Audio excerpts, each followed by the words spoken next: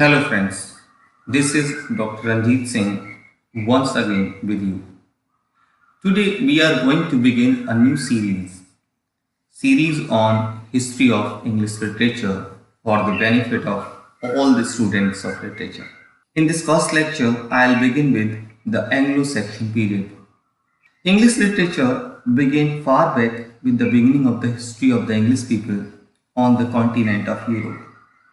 It began with songs and stories of a time when the Teutonic ancestors of English people were living on the borders of the North Sea, the Jutes, Angles, and Saxons. The three tribes of these ancestors conquered Britain in the later half of the 5th century and laid the foundation of the English nation. The early settlers were pagans. Paganism is a term first used in the 4th century by early Christians for people in the Roman Empire who practiced polytheism. Polytheism refers to the worship or belief in multiple deities. So paganism was originally a pejorative and derogatory term for polytheism, implying its inferiority. Paganism has broadly connoted to the religion of the peasantry. The Anglo-Saxons were a cultural group who inhabited Great Britain from the 5th century. They comprised people from Germanic tribes who migrated to the island from continental Europe. Their descendants and indigenous British groups who adopted many aspects of Anglo-Saxon culture and language. The Anglo-Saxons established the Kingdom of England, and the modern English language owes almost half of its words, including the most common words of everyday speech, to their language.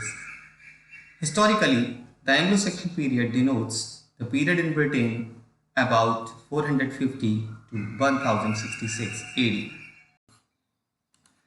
Anglo-Saxon literature represents the temperament and character of their creators, who were splendid warriors, great lovers of nature, and were also capable of profound emotions.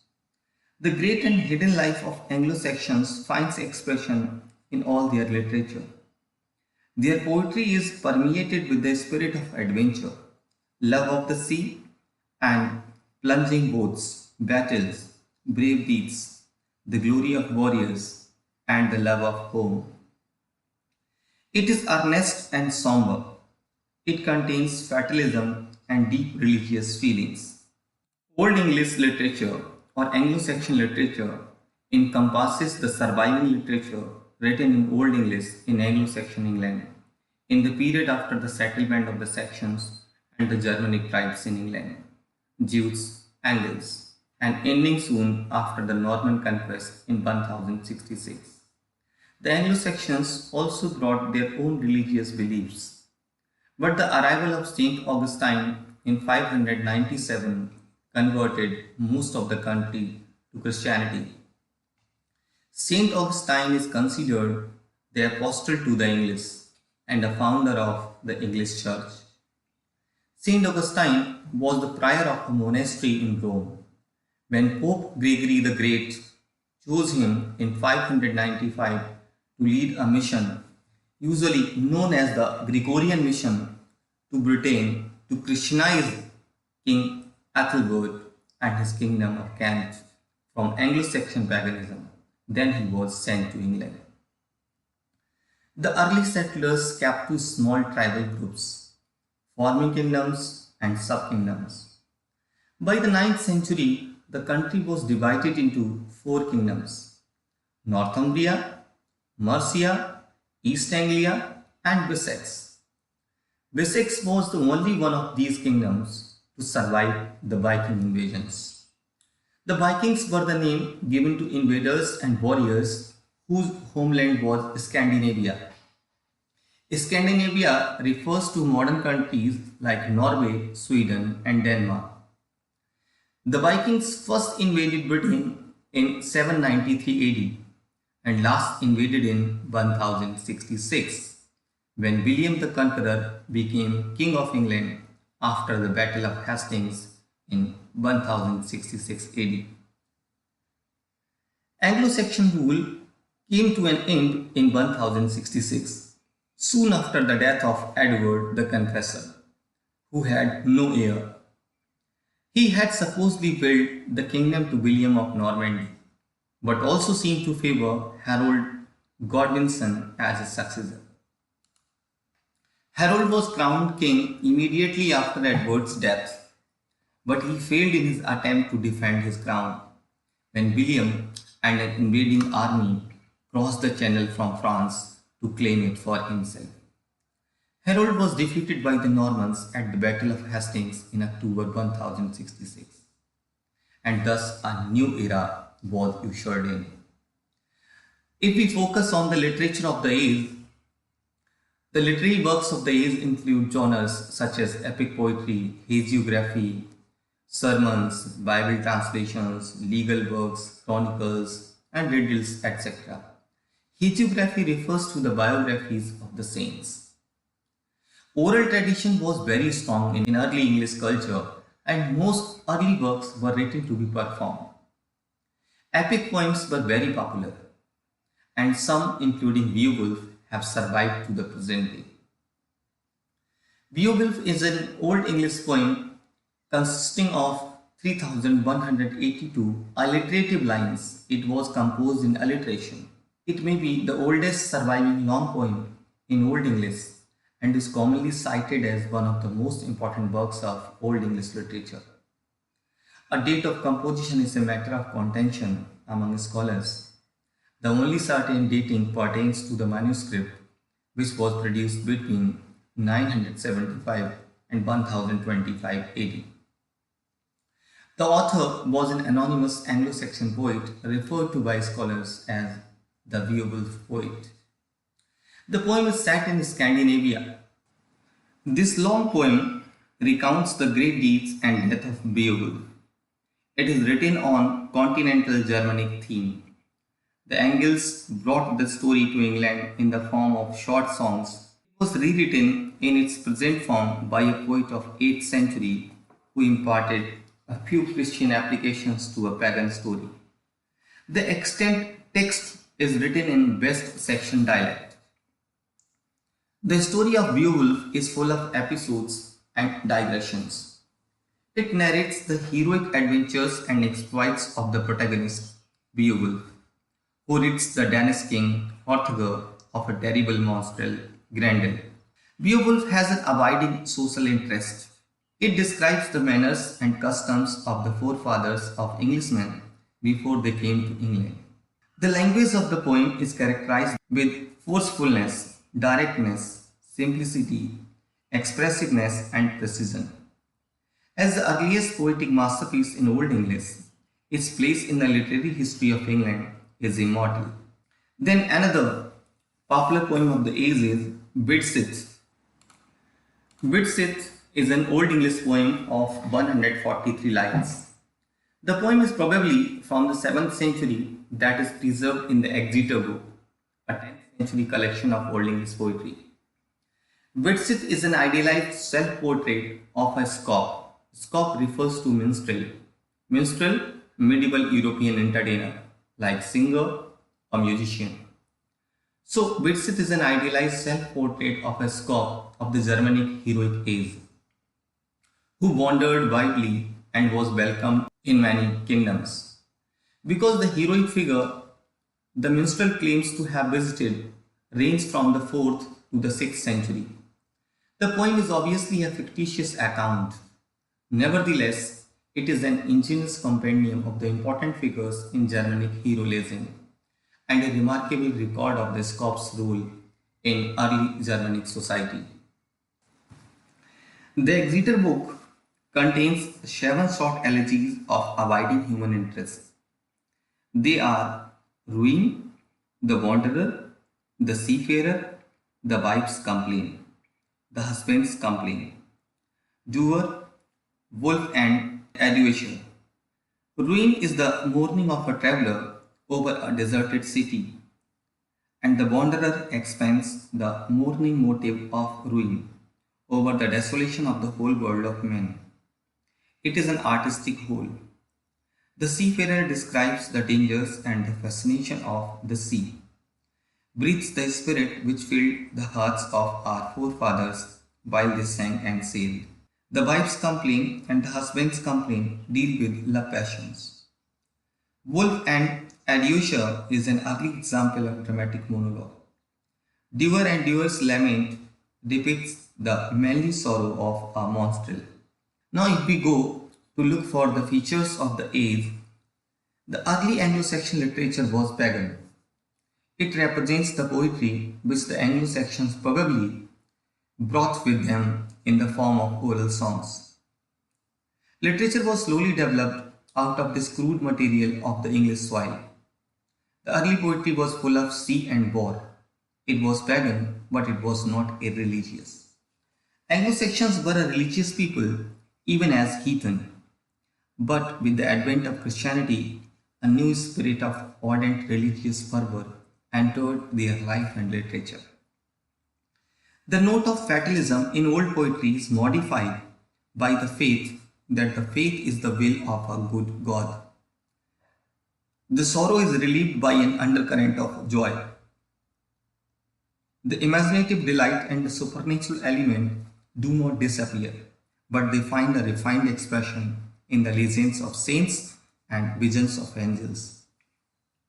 The ancient pagan faith still finds subdued expression in poetry, written under the Christian influence. Christ is not only the Savior, but the hero who goes forth against the dragon, like a Beowulf wrestling with Grendel.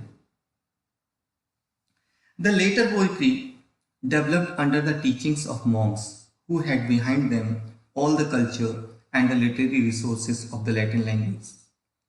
The Christian influence put an end to the frightful wars that had waged continually among the various kingdoms of the Anglo-Saxons. Northumbria became the seat of the monks who influenced the Anglo-Saxon literature. It is called the Northumbrian school. Catalan and Seafarer are the two distinguished poets of this school. Catalan is the first maker of English verse. He was a sensitive servant employed by the monastery at Whitby in Yorkshire. He was an uneducated man who was inspired to sing about first created things. The Holy Bible was read to him and he turned some pages into verse. The stories in verse, known as Catalan's paraphrases, were written about 670 AD. The three paraphrases of scripture which have come down in a manuscript of 10th century have been attributed to Catalan. The first deals with the creation and the fall, the second with the exodus from Egypt, and the third with the history of Daniel. It is now believed that these poems, though ascribed to Catalan, are not entirely his own creation, but of his imitators. The interest of these poems does not lie in any paraphrase of the scriptures, but in those parts which have inventiveness and imaginative quality. Seafarer. Only very little is known about this poet, Seafarer, the greatest of the Anglo-Saxon poets. His signed poems include The Christ, Juliana, The Fates of the Apostles, and Alani. It is conjectured that he wrote during the latter half of the 8th century. There is a note of passion, of joy, and confidence in his poetry. The spirit of adventure pervades these poems. They are also noticeable for the intensity of feelings, brilliance of conception, ardent religious note, certainty of execution, and excellent descriptive power. The unsigned poems attributed to Seafarer are Andreas, the Phoenix, The Dream of the Rood, The Descent into Hell, The Wanderer, and some of the riddles. The Dream of the Rood is undoubtedly the finest of all Old English religious poems. Then Judith. Judith, it is one of the finest pieces of Anglo-Saxon religious poetry. Out of 12 books, only the last 3 are extant. The character of Judith, a Jewish Beladia, is well drawn. So Judith is very popular. The heroine of Hell the whale, and the panther are some lyrical translations of the Psalms in the Kentish and West Saxon dialects. They were written around 8th century. The development of Northumbrian learning and literature was obstructed by the invasion of Danes. Towards the end of the 8th century, the Danes swept down English coast and overwhelmed Northumbria. They recklessly destroyed monasteries and schools, killed scholars and teachers, and ravaged libraries. So all true Northumbrian literature perished. Only some fragments survived. With the conquest of Northumbria ends the poetic period of Anglo-Saxon literature. The language of Anglo-Saxon literature is very different from that of today. Its vocabulary is for the most part native. It is written in Northumbrian dialect. Other dialects were Mercian, which was popular in the Midlands, Kentish dialect, which was the language of the southeast, and West Saxons, which was used by Alfred. Due to the political supremacy of Wessex, it became a standard dialect and almost all the extant texts are preserved in this language. So Anglo-Saxon poetry began to be written towards the close of the 7th century, and all its work was done before the close of the 8th. Now, if we discuss the development of prose in Anglo-Saxon period, the important authors are Bede, King Alfred, Alfric, and Wulfstan.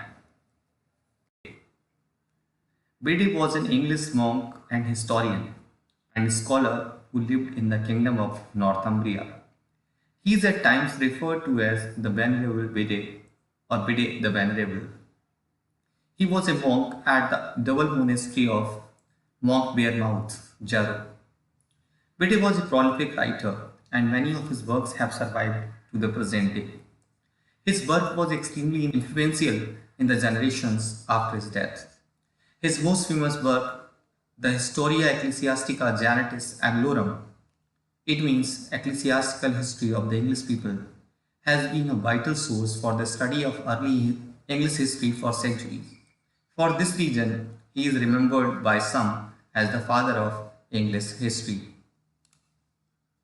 It was King Alfred in 9th century AD who drove back the Danes from England. He began the writing of prose in Wessex. He was the greatest and noblest Anglo-Saxon king. Alfred's prose style is for the most part simple and straightforward.